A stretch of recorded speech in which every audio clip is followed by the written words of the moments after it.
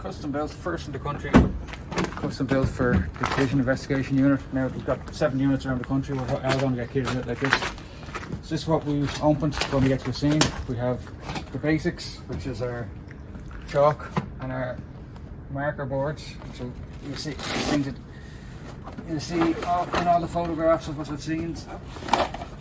We use that to mark all our pieces of evidence. The chalk, our camera stands and our scanner stands. The scanner is the question we get asked the most about.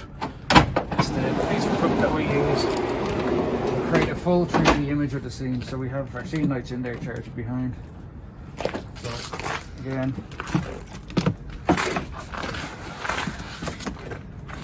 so this is a 3D scanner.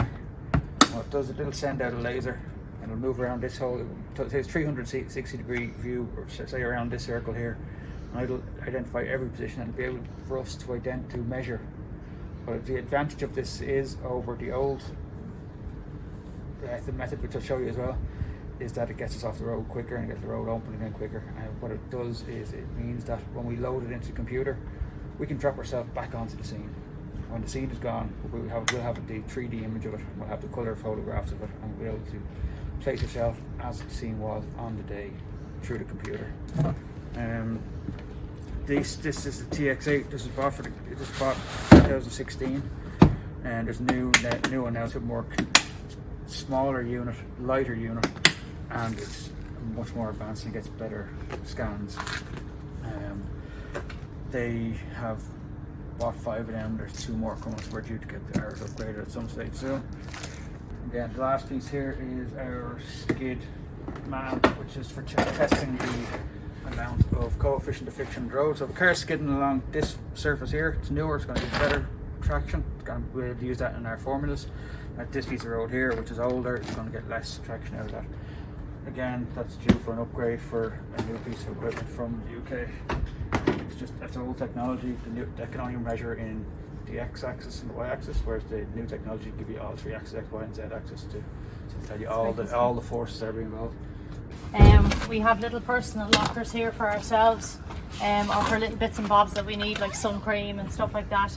We have our own personal little cubby holes here, that we put our equipment in, our gear, overnight items in case we have to go to a scene down the country and that we're down there for the night.